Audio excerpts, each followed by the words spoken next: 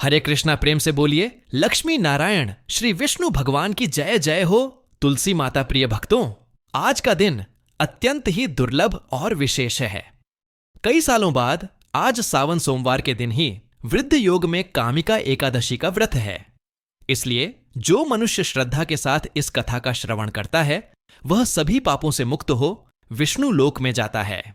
विष्णु कुणाल के अनुसार भगवान श्री कृष्ण जी ने युधिष्ठिर को कामिका एकादशी की महिमा बताते हुए कहा, हे राजन, जो व्यक्ति इस एकादशी का व्रत करता है वह गंगा गया, काशी, पुष्कर और कुरुक्षेत्र जैसे तीर्थों में स्नान करने के समान फल प्राप्त करता है। वीडियो में आगे बढ़ने से पहले अगर आप भी विष्णु जी के सच्चे भक्त हैं तो एक लाइक और लक्ष्मी भक्त अंशिका श्री को सब्सक्राइब जरूर करेंगे। इससे आपको एकादशी का फल जरूर मिलेगा। और वीडियो को अंत टीके देखें। इस दिन केवल तुलसी पत्र भगवान विष्णु को अर्पण करने मात्र से सहस्त्र गोदान और 4 भर चांदी 1 भर सोना दान करने के बराबर फल की प्राप्ति होती है। और वही ब्रह्मवैवर्त पुराण में कहा गया है, काम्य का एकादशी व्रत पितरों को तृप्त करती है, ब्रह्म हत्या भ्रूण हत्या जैसे समस्त पापों का नाश करती है। इस व्रत में जो भी व्यक्ति दीप दान, अन्नदान, वस्त्र दान या अन्य कोई पुण्य कर्म कथा का श्रवण करता है उससे अनंत गुणा फल की प्राप्ति होती है। इसीलिए लक्ष्मी नारायण सहित तुलसी जी की पूजा करने वाला मनुष्य धर्मपुत्र सौभाग्य से परिपूर्ण हो बैकुंठ को जाता है। रात्रि में तुलसी देवी और विष्णु जी के समक्ष दीपदान करने वालों के पूर्वज जो नरक में पड़े हैं वे तुरंत स्वर्ग में चले जाते हैं। इस महाव्रत के प्रभाव से व्यक्ति भवसागर से पार हो जाता है। तो आज के इस काम का एकादशी व्रत कथा को सुनने से पहले आप सुनिए वह कथा जिसमें गलती से ही, लेकिन दोस्तों लक्ष्मी भक्त अंशिका श्री को भी साथ में सब्सक्राइब जरूर करें ताकि भगवान विष्णु के साथ आपको भगवान भोलेनाथ का भी आशीर्वाद इस सावन मिले और आपका घर खुशियों से भर जाए। एकादशी व्रत करने मात्र से ही 2 भक्त पर लोक से वापस लौट आए। एक बार प्रातः ज्योतिष पीठ के शंकराचार्य जी महाराज विश्वनाथपुरी काशी पधारे। उस दिन एकादशी का व्रत था। पूज्य आचार्य जी अपने नियमानुसार एकादशी के दिन स्वयं निहार रहकर अन्य लोगों को भी एकादशी व्रत करने की प्रेरणा दे रहे थे। ऐसे ही एक दिन पूज्य आचार्य जी ने अपने पास में आए एक ब्राह्मण ब्रह्मचारी से प्रश्न किया, हे ब्रह्मचारी, क्या तुम आज एकादशी का व्रत किए हो? ब्रह्मचारी ने कहा, जी नहीं महाराज जी। पूज्य जगत गुरु जी ने कहा, हिंदू होकर फिर ब्राह्मण कुल में जन्म लेकर और ब्रह्मचारी होकर भी तुमने एकादशी का व्रत नहीं किया? यह तो बड़ी आश्चर्य की बात है। ब्रह्मचारी ने कहा, महाराज जी, एकादशी का व्रत तो मैं कभी नहीं करता। पूज्य गुरुदेव ने कहा, अरे फिर तुम कैसे हिंदू हो? किस प्रकार ब्रह्मचारी कहलाने योग्य हो और कैसे ब्राह्मण हो कि एकादशी का व्रत भी नहीं कर सकते? एकादशी व्रत करने की बड़ी ही अद्भुत और विलक्षण महिमा है जिसका हमारे सभी शास्त्रों प्राणों में उल्लेख है। एकादशी व्रत करने का बड़ा भारी महत्व है और महान पूर्ण है जिसे आज लोग अपनी मूर्खतावश भूल बैठे हैं। पर लोक में एकादशी का व्रत बड़ा काम देता है। हे पुत्र, एकादशी व्रत करने वालों को यमदूत की मार, प्रताड़ना आदि का कोई भय नहीं रहता। इससे हमारा सब प्रकार से कल्याण होता है। यह हमारे शास्त्र प्राणों की बात है। यह कोई मात्र गप्पेबाजी या कपोल कल्पना नहीं है। यह सब अक्षर अक्षर एकदम सत्य है। अच्छा सुनो, हमें एक बार 2 मुसलमान मिले थे जो विधरण होकर भी प्रत्येक एकादशी को उपवास किया करते थे। प्रिय भक्तों, परंतु पूज्य आचार्य जी के श्रीमुख से इतना सुनकर वहां उपस्थित सभी लोगों ने जिज्ञासावश एकादशी व्रत करने वाले मुसलमान भाइयों से संबंधित घटना जानने की उत्सुकता दिखाई और उसके लिए पूज्य आचार्य जी से प्रार्थना की। तब पूज्य श्री महाराज जी ने उस सच्ची घटना को कहना शुरू किया। आचार्य जी ने कहा, एक बार हम सनातन धर्म का प्रचार करते हुए राजस्थान गए हुए थे। वहां हम एक बगीचे में ठहरे हुए थे और उस दिन दैव योग से एकादशी का पवित्र दिन था। वहां अनेक श्रद्धालु भक्त हमारे पास आए हुए थे। उसमें से 2 मुसलमान सज्जन भी हमसे मिलने आए। उन्होंने दूर से ही हमें अभिवादन किया और एक और बैठ गए जब हमारे एक ब्रह्मचारी ने हमारे पास भेंट में आए फलों को प्रसाद के रूप में सभी को बांटना प्रारंभ किया तो हमने उस ब्रह्मचारी से कहा कि भाई, कुछ प्रसाद सामने बैठे हुए उन मुसलमान भाइयों को भी दे दो। इसके बाद जब ब्रह्मचारी ने उन दोनों मुसलमानों को प्रसाद देने के लिए आगे बढ़े, एकादशी व्रत करने से बड़ी ही श्रद्धा भक्ति के साथ संबंध हाथ जोड़कर जिज्ञासावश हमने उन दोनों सज्जनों को पास क्रोधी क्षत्रिय व्यक्ति के व्यवहार में एकादशी का दिन देखकर उसके एकादशी का निर्जल व्रत करने का निर्जल व्रत उद्देश्य क्या रहने लगे। इसलिए आज हम कुछ भी ग्रहण काम का एकादशी मुसलमान भाइयों केवल हिंदू करते हैं, उनके द्वारा एकादशी का व्रत निर्जल व्रत और कैसे करने लगे सुनकर सभी को बड़ा आश्चर्य हुआ। उत्तर में दोनों मुसलमान भाइयों ने बात जानने अपने की जीवन उत्सुकता की हुई एक महान कि मुसलमान भाइयों को आश्चर्यजनक भला सत्य घटना सुनाते हुए हमें बताया कि उनके द्वारा गलती से ही अनजाने में एकादशी के दिन नकली व्रत करने से किस प्रकार पर लोग में यह यातना से उनकी रक्षा हुई। उन्होंने बताया, हे महाराज जी, यद्यपि हम दोनों जाति के मुसलमान हैं और गाड़ी चलाकर सामान तथा बोझा एक स्थान से दूसरे स्थान तक पहुंचाकर पेट पालते हैं। एक दिन हम भाड़े पर अपनी गाड़ी ले गए थे। गाड़ी चलाने के कार्य में हम उस दिन ऐसे व्यस्त रहे कि हमें उस दिन अन्न और जल, खाने पीने को कुछ भी नहीं मिला। इस प्रकार उस दिन हम दोनों ही पूरी तरह भूखे प्यासे रह गए और एक बाग में जाकर ठहर गए। भूखे प्यासे तथा थके होने के कारण हम सो गए। उस दिन वहां उस बगीचे में 3 अन्य व्यक्ति भी ठहरे हुए थे। वे भोजन बनाकर खा रहे थे। वहां रात में हमने देखा कि हमारी मृत्यु हो गई है। हमारे पास भयंकर आकृति वाले कुछ यमदूत आए और उन्होंने हम 5 आदमियों को पकड़ लिया। वे हमें यमपुरी ले गए। वहां हमने देखा कि सूर्य के समान एक अत्यंत तेजस्वी राजपुरुष जैसे कोई व्यक्ति एक सुंदर सिंहासन पर विराजमान थे। उन्होंने हमको पकड़कर ले आने वाले अपने उन दूतों से पूछा कि तुम इन दोनों को पकड़कर यहां क्यों लाए हो? ये दोनों तो आज एकादशी का निर्जल व्रत किए हुए हैं। इन्हें तुरंत यहां से ले जाओ। जहां से इसे पकड़कर लाए हो उसी स्थान पर ले जाकर इन्हें छोड़ आओ। एकादशी व्रत के पुण्य से इनकी आयु कुछ दिन और बढ़ गई है। उनके ऐसा कहने पर यमदूत हम दोनों को अपने साथ लाकर वापस उसी बगीचे में छोड़ गए। जब हम अपने शरीर में वापस आ गए और हमें होश आया और हमने आंखें खोली तो हम दोनों परलोक में घटित घटना पर आपस में विचार करने लगे। हमें सभी बातें प्रत्यक्ष मालूम थीं और अच्छी तरह से याद थी। बड़ा आश्चर्य हुआ अनुभव में आई हुई घटना में निर्जल एकादशी व्रत किए जाने की बात। हमें विशेष रूप से याद रहे, जिसके विषय में प्रसंगवश हमने हिंदू भाइयों के मुख से कभी कभी सुना अवश्य था, पर विशेष रूप से ध्यान कभी नहीं दिया था। हे महाराज जी, इससे पहले हमने अपने अब तक के जीवन में कभी एकादशी व्रत करने की बात न तो सोची थी और न ही उसके विषय में हम कुछ जानते ही थे। हमें बड़ा आश्चर्य हुआ कि हम दोनों ही मुसलमान हैं और एकादशी का व्रत करना जानते भी नहीं हैं और न ही हमने कभी एकादशी व्रत किया ही है। फिर वहां हम दोनों को एकादशी का व्रत करने वाला कैसे बता दिया गया और कैसे मान लिया गया? पूरी जानकारी करने के लिए हमने तुरंत अपने गांव में आकर सबसे पहले एक हिंदू पंडित जी को खोजा। उनके पास जाकर हमने पूछा, पंडित जी, कल आप हिंदू लोगों की कौन सी तिथि थी और कौन सा व्रत था? उत्तर में उन पंडित जी ने हमें बताया, कल भीम श्रेणी एकादशी का पुण्यमय दिवस था। पंडित जी से यह मालूम होने पर अब तो हमारे आश्चर्य का ठिकाना ना रहा। हमने पूरी बात पंडित जी को बताई तो सुनकर पंडित जी ने ऐसा होना संभव बताया तथा एकादशी की महिमा एवं हिंदू शास्त्रों की कुछ अन्य बातों को भी उन्होंने बड़े प्रेम से हमें समझाया। हिंदुओं के एकादशी व्रत की ऐसी अद्भुत महिमा है। यह जानकर, कथा सुनकर हमें उसी दिन से एकादशी व्रत के प्रति बड़ी श्रद्धा उत्पन्न हो गई, जब बिना किसी निश्चय और संकल्प के अनजाने में एकादशी के दिन भूखे प्यासे रहने मात्र से हमें एकादशी का व्रत करने का इतना बड़ा फल प्राप्त हो गया तथा एकादशी का व्रत न करने पर भी हमें एकादशी व्रत करने वाला मान लिया गया और हमारे उस नकली एकादशी के व्रत ने हमें यम यातना तथा मृत्यु से बचा लिया। तब यदि हम वास्तव में प्रतिमाह के दोनों एकादशियों का व्रत करेंगे तो फिर हमारे महान पुण्य का क्या कहना होगा?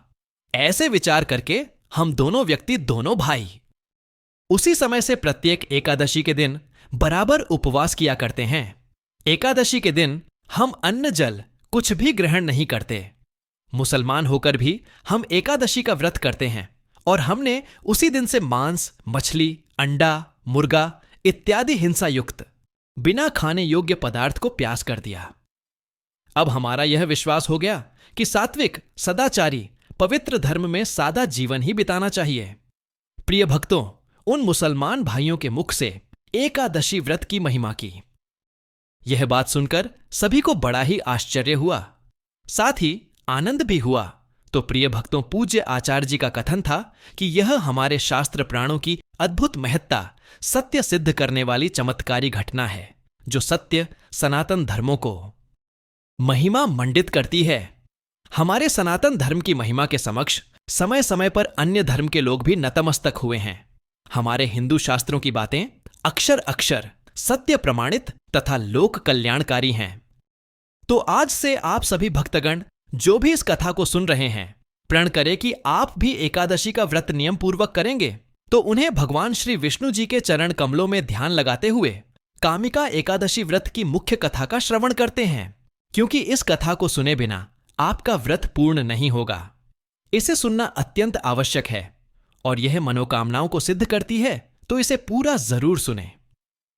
भगवान श्री कृष्ण से महाराज युधिष्ठिर ने पूछा, गोविंद वासुदेव, आपको नमस्कार है। श्रावण के कृष्ण पक्ष में कौन सी एकादशी होती है, इसका वर्णन कीजिए।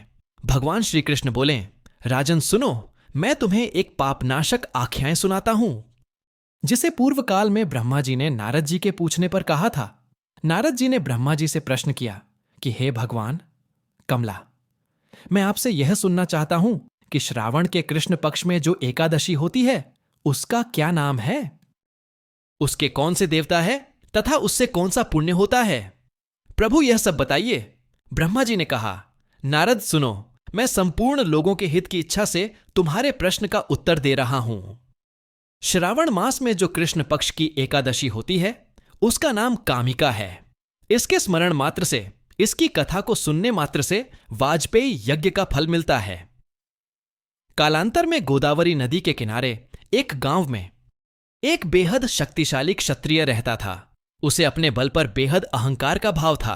हालांकि वह धर्मपरायण था, नित्य प्रतिदिन जगत के पालनहार विष्णु जी की पूजा उपासना करता था। एक दिन वह किसी विशेष कार्य हेतु कहीं जा रहा था। मार्ग में उसकी भिड़ंत एक ब्राह्मण से हो गई। उस समय वह आवेग में आ गया, बहुत क्रोधित हुआ। ब्राह्मण व्यक्ति उसे कुछ समझाता, उससे पूर्व ही वह ब्राह्मण से हाथापाई करने लगा। वह बलशाली छत्री के प्रहार को सहन न कर पाया, इसके चलते तत्काल ही उसकी मृत्यु हो गई। उस समय बलशाली छत्री सकते में आ गया। वह प्रायश्चित करने लगा। उसे अपनी गलती का एहसास हुआ कि उसने बल के मद में निर्बल ब्राह्मण की हत्या कर दी। आवेद में आकर ब्राह्मण व्यक्ति की हत्या करने से वह बहुत दुखी हुआ। यह सूचना पूरे गांव में आग की तरह फैल गई।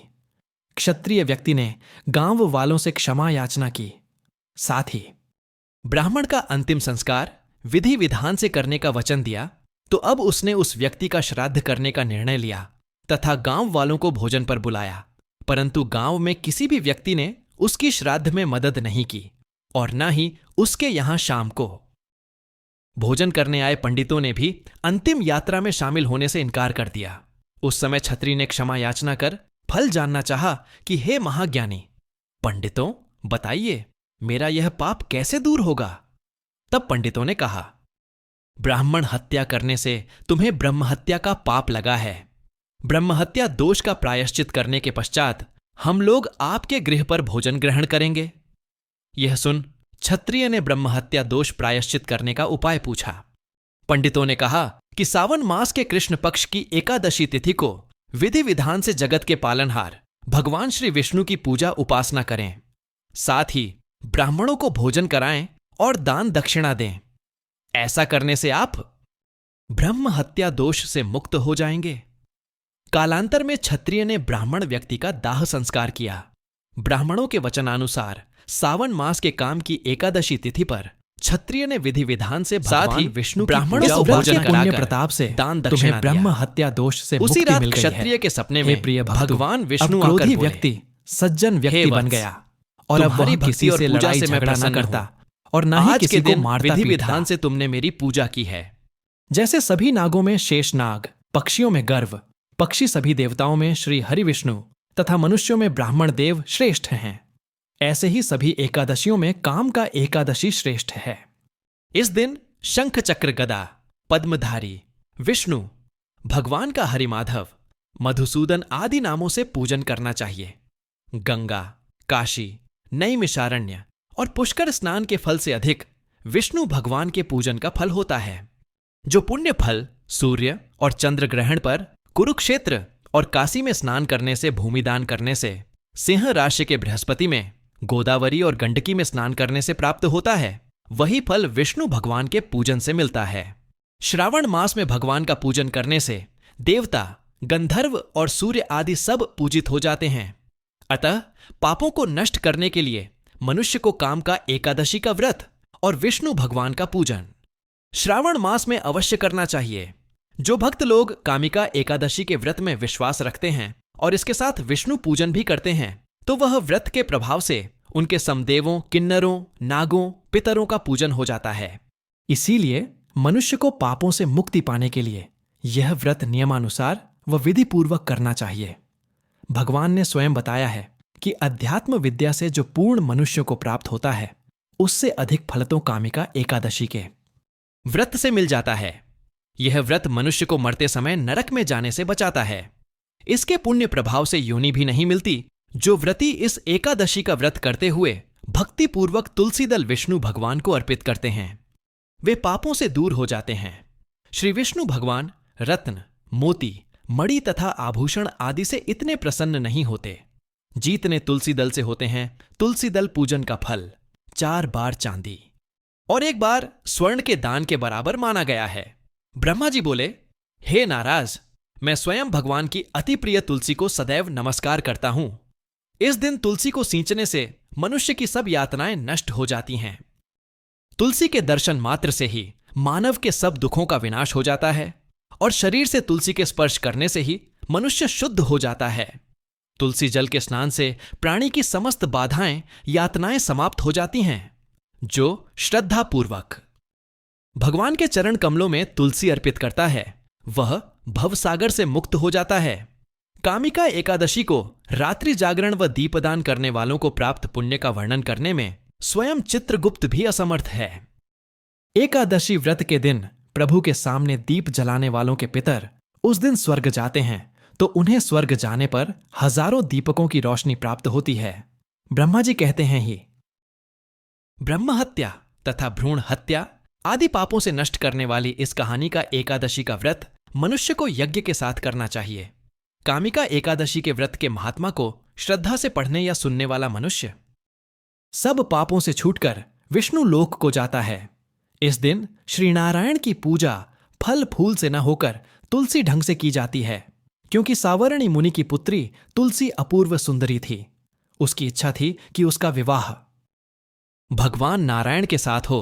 इसके लिए उन्होंने नारायण पर्वत की घाटी में स्थित बद्रिका वन में घोर तपस्या की।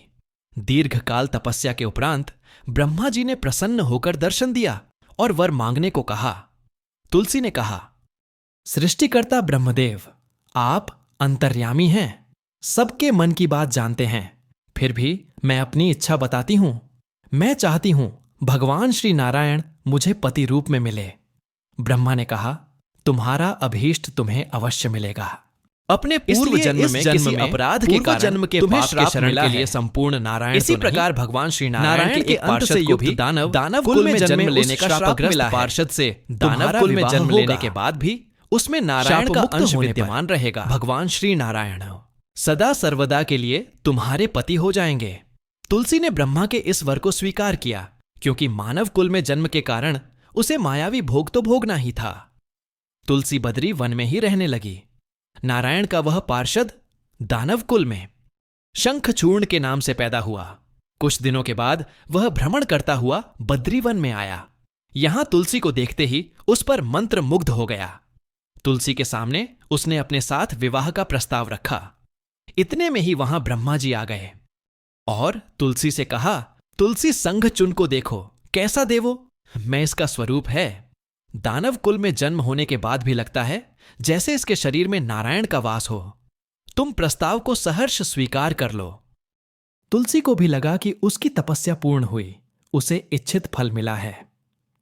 शंखचूर्ण के साथ उसका गंधर्व विवाह हो गया और वह शंखचूर्ण के साथ उसके महल में पत्नी बनकर आ गई। शंखचूर्ण ने अपनी परम सुंदरी सती साध्वी पत्नी तुलसी के साथ बहुत दिनों तक राज्य किया। उसने अपने राज्य का इतना विस्तार किया कि देवलोक तक उसके अधिकार में आ गया। स्वर्ग का सुख भोगने वाले देवताओं की दशा भिखारियों जैसी हो गई। संघचूर्ण किसी को कष्ट नहीं देता था, पर अधिकार और राज्य छिन जाने से सारे देवता मिलकर ब्रह्मा, विष्णु और शिव जी की सभा में गए तथा अपनी विपत्ति सुनाई। ब्रह्मा जी ने कहा, तुलसी परम साध्वी है, उसका विवाह शंखचूर्ण से मैंने ही कराया था। शंखचूर्ण को तब तक नहीं हराया या मारा जा सकता जब तक तुलसी को न छला जाए। विष्णु जी ने कहा, शंखचूर्ण पूर्व जन्म में मेरा पार्षद था। शाप के कारण उसे दैत्य कुल में जन्म लेना पड़ा। इस जन्म में भी मेरा अंश उसमें व्याप्त है। साथ ही तुलसी के पतिव्रत धर्म से वह अजेय है। फिर देवताओं की सहमति से भगवान शिव ने शंखचूर्ण के पास संदेश भेजा कि या तो वह देवताओं का राज लौटा दे या फिर शंकर उनसे युद्ध करें। वे तो सब रहस्य समझते शंकर के पास पहुंचा। तुलसी और शंखचूर्ण के पूर्व जन्म के शाप हे देवाधिदेव महादेव, पूरी हो चुकी थी। आपके लिए देवताओं का पक्ष लेना उचित नहीं है। शंखचूर्ण, राज बढ़ाना हर राजा का कर्तव्य है। मैं किसी को दुखी नहीं कर रहा हूं। देवताओं से कहिए वे मेरी प्रजा होकर लौटाकर मैंने उन्हें आपका भी कोई अपकार नहीं किया है। युद्ध से बचने का युद्ध शोभा नहीं देता। अगर आप हार गए तो बड़ी लज्जा की बात होगी। मैंने युद्ध के बल से हार गया जीता है, तो आपकी कीर्ति बहुत अधिक नहीं वापस ले सकता है। यह मेरा अंतिम उत्तर है, मैं जा रहा हूं, ऐसा कहकर शंखचूर्ण चला गया। उसने अपनी पत्नी तुलसी को सारी बात बताई और कहा, कर्म भोग सब कालसूत्र में बंधा है। जीवन में हर्ष, शोक, भय, दुख, सुख, मंगल, अमंगल काल के अधीन है। हम तो केवल है, संभव है भगवान शिवदेव का पक्ष लेकर मुझसे युद्ध करें। तुम चिंता मत करना, तुम्हारा सती तेज मेरी रक्षा करेगा। दूसरे दिन भगवान शंकर के नेतृत्व में देवताओं ने युद्ध छेड़ दिया। शंखचूर्ण ने भीषण बाणों की बरसा कर उनका वेग रोका। इसके प्रभाव से देवता डगमगाने लगे। उसने दानवी शक्ति का प्रयोग कर मायावी युद्ध आरंभ किया। युद्ध स्थल पर वह किसी को दिखाई नहीं देता था, पर उसके अस्त्र शस्त्र प्रहार कर देवों को घायल कर रहे थे। देवगढ़ अपने अस्त्र चलाएं तो किस पर चलाएं, क्योंकि कोई शत्रु सामने था ही नहीं। कई दिनों तक इस तरह भयंकर युद्ध चला। शंखचूर्ण पराजित नहीं हुआ। तब शिवजी ने विष्णु जी से कहा, हे नारायण, कुछ उपाय करो, अन्यथा मेरा तो सारा यश मिट्टी में मिल जाएगा। विष्णु जी ने सोचा, बल से तो शंखचूर्ण को हराया नहीं जा सकता, इसलिए छल का सहारा लेना होगा। उन्होंने तुरंत अपना स्वरूप शंखचूर्ण ने जैसा बनाया और अस्त्र शस्त्र से सुसज्जित होकर तुलसी के पास आए। बोले, प्रिय, मैं युद्ध जीत गया। सारे देवता भगवान शंकर समेत हार गए। इस खुशी में आओ, मैं तुम्हें अंग से लगा लूं। पति को प्रत्यक्ष खड़ा देख तथा विजय का समाचार सुन वह दौड़कर मायावी शंखचूर्ण के गले से लिपट गई। इस प्रकार पति पत्नी दोनों ने आलिंगन को खूब खुशी मनाई, पर पुरुष के साथ इस प्रकार के व्यवहार से उसका सती तेज नष्ट हो गया। उसका सती तेज, जो शंखचूर्ण के कवच के रूप में रक्षा कर रहा था, वह कवच नष्ट हो गया। शंखचूर्ण शक्तिहीन हो गया। यह जानते ही भगवान शंकर ने अपने त्रिशूल से प्रहार कर दिया। त्रिशूल के लगते ही शंखचूर्ण जलकर भस्म हो गया। शंखचूर्ण के मरने को जानकर विष्णु जी अपने असली स्वरूप में आ गए। सामने अपने पति शंखचूर्ण के स्थान पर भगवान विष्णु को खड़ा देख तुलसी बहुत विस्मित हुई। उसको पता चल गया कि स्वयं नारायण ने उसके साथ छल किया है। क्रोध में आकर उसने श्राप दिया कि एक सती स्त्री का सतीत्व भंग करने के अपराध में हृदयहीन पत्थर हो जाओ। विष्णु जी ने तुलसी के साथ को जीर्णोद्धार कर कहा, देवी, तुम्हारे तथा शंखचूर्ण के कल्याण के लिए मुझे ऐसा करना पड़ा। तुम दोनों को शाप मुक्त करना था। तुम भी अब शरीर त्याग कर तुलसी वीरवा के रूप में जन्म लोगी और मेरी पूजा तुलसी दल से होगी। मैं शालिग्राम पत्थर बनूंगा। मेरे शीश पर तुम आदर से विराजमान हो जाओगी तुम्हारे पति की हड्डियों के चूर्ण से शंख की उत्पत्ति होगी। उस शंख ध्वनि से देवताओं तथा मेरी पूजा आराधना होगी। जहां शंख ध्वनि होगी वहां मंगल में मैं विराजमान रहूंगा। तुमने पूर्व जन्म में बद्रीवन में मुझे पाने के लिए बड़ी तपस्या की थी। अब अगले जन्म में मैं नारायण प्रसन्न के रूप में बद्रीनाथ वन में स्थापित हो जाऊंगा और मेरी पूजा अर्चना फल फूल से न होकर तुम्हारे तुलसी दल से ही होगी। मेरे शीश पर विराजमान होकर तुम मुझसे भी ऊंचा पद प्राप्त करोगी। तो प्रेम से बोली, तुलसी महारानी नमो नमो हरि की पटरानी नमो नमो। तुलसी सहित श्री शालिग्राम भगवान ही जय प्रिय भक्त गणों, आज एकादशी के साथ सावन का दूसरा सोमवार व्रत है। इसीलिए शिव और विष्णु की कृपा की प्राप्ति के लिए सावन सोमवार व्रत कथा का भी श्रवण अवश्य करें। सावन सोमवार व्रत कथा प्राचीन काल में एक सौम्य नगर नाम का राज्य था, जहां आनंदमणि नाम का साहूकार और उसकी पत्नी भद्रावती रहा करते थे। साहूकार बहुत ही धनवान था। उसके पास धन वैभव की कोई कमी नहीं थी, लेकिन उसकी कोई संतान नहीं थी, जिसके कारण दोनों पति पत्नी अत्यंत दुखी रहते थे। जबकि साहूकार भगवान शिव का अनन्य भक्त था और प्रत्येक दिन भगवान शिव का ध्यान और पूजा अर्चना करता था। सोमवार के दिन उपवास रखकर भगवान शिव के मंदिर जाता था और भगवान शिव को जल अर्पित करके चंदन इत्यादि का लेप लगाकर बेलपत्र अर्पित करता था और भगवान शिव से अपने लिए संतान प्राप्ति की कामना करता। कई वर्षों तक इसी तरह पूजा अर्चना करते हुए जब माता पार्वती ने उसे देखा तो माता से रहा नहीं गया और माता पार्वती ने भगवान शिव से करुण भाव से कहा, हे स्वामी, यह आनंदमणि आपका भक्त है और कई वर्षों से प्रत्येक सोमवार को उपवास रखकर आपका जलाभिषेक कर पूजा अर्चना करता है और आपसे संतान की कामना करता है। तो है कृपा निदान, आप इसे संतान प्रदान करने की कृपा करें। इस पर भगवान शिव माता पार्वती से कहते हैं, यह सब इसके पूर्व जन्मों में किए गए कर्मों का फल है, जो अभी तक इसको संतान की प्राप्ति नहीं हुई, परंतु इस जन्म में यह मेरा भारत है और मुझ पर विश्वास करता है। अतः भक्तों का कल्याण करना ही हमारा पहला कर्तव्य है। गौरी, तुम्हारे कहने पर मैं आनंदमणि को एक पुत्र होने का वरदान देता हूं। फिर एक रात्रि भगवान शिव आनंदमणि को स्वप्न में दर्शन देते हैं और उसे कहते हैं कि हे आनंदमणि, मैं तुम्हारी भक्ति भावना से प्रसन्न हूं और तुम्हें पुत्र प्राप्ति का वरदान देता हूं, परंतु तुम्हारा पुत्र 12 वर्ष तक ही जीवित रह पाएगा। उसके बाद शिवजी अंतर्ध्यान हो गए।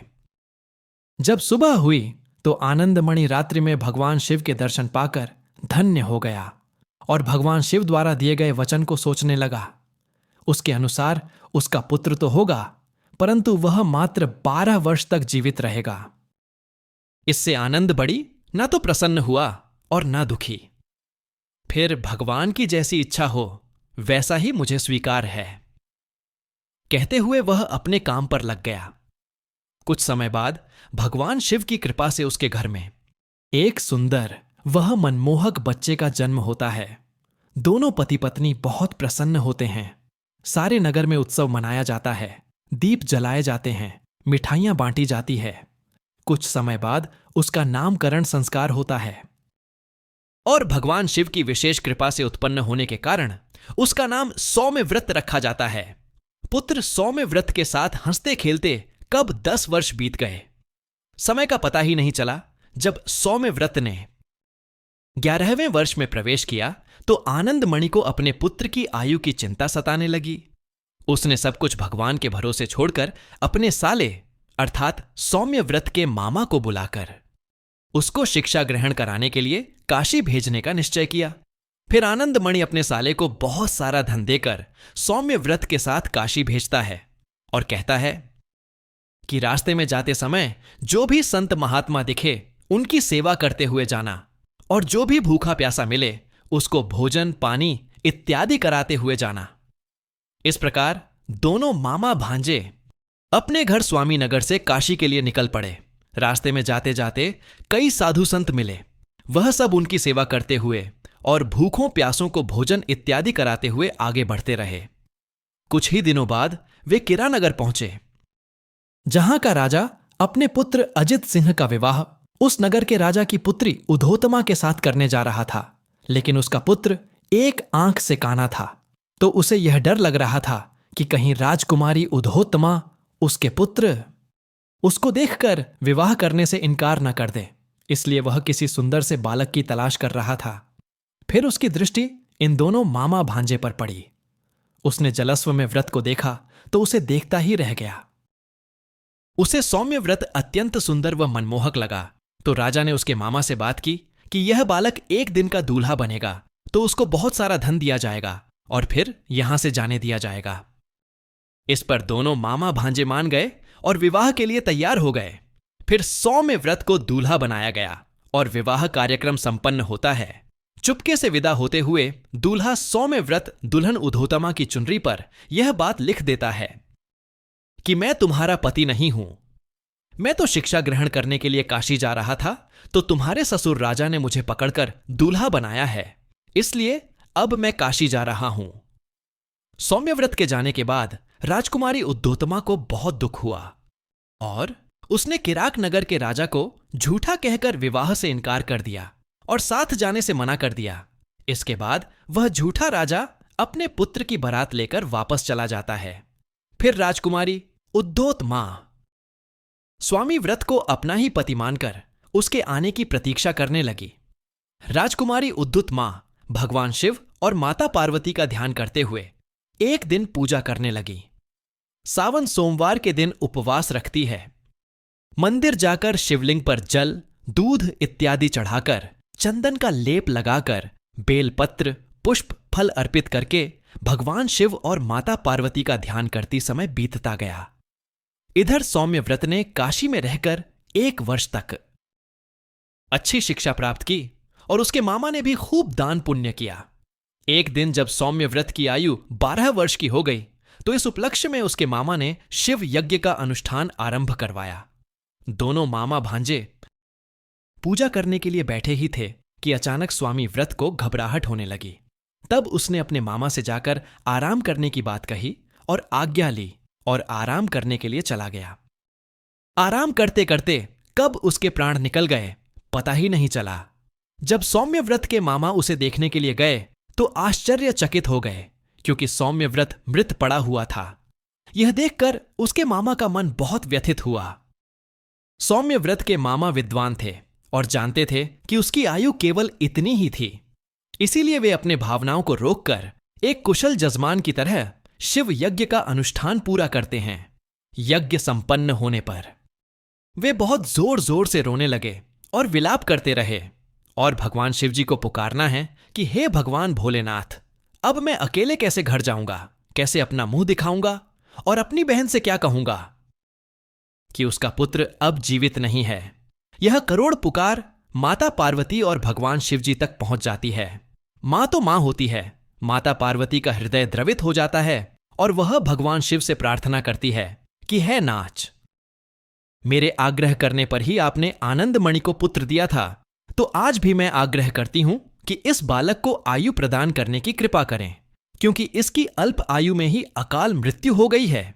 यदि आपने कुछ नहीं किया तो अनर्थ हो जाएगा।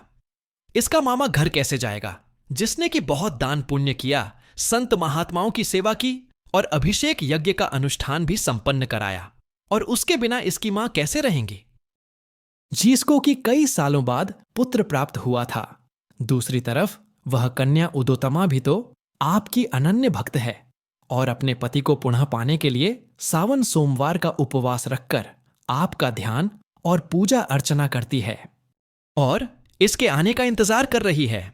माता पार्वती की करुण प्रार्थना सुनकर भगवान शिव सभी पर प्रसन्न होते हैं और सौम्य व्रत को जीवन देकर लंबी आयु प्रदान करते हैं और सभी भक्तों को अनंत खुशी प्रदान करते हैं।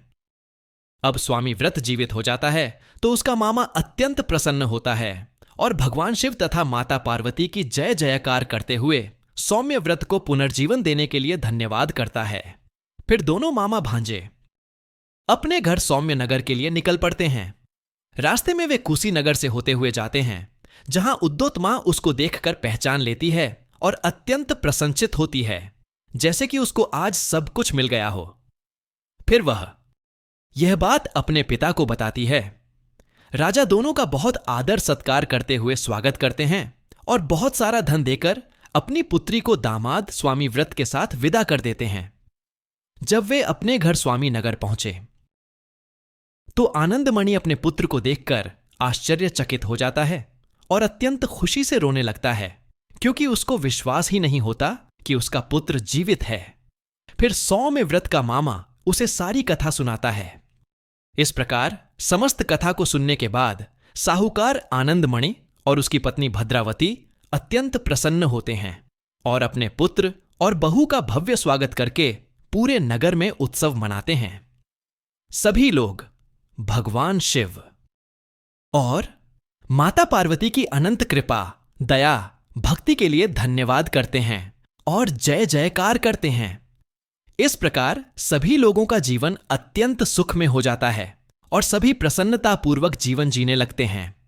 तो प्रेम से बोलिए नमः पार्वती पते, हर हर महादेव, ओम नमः शिवाय।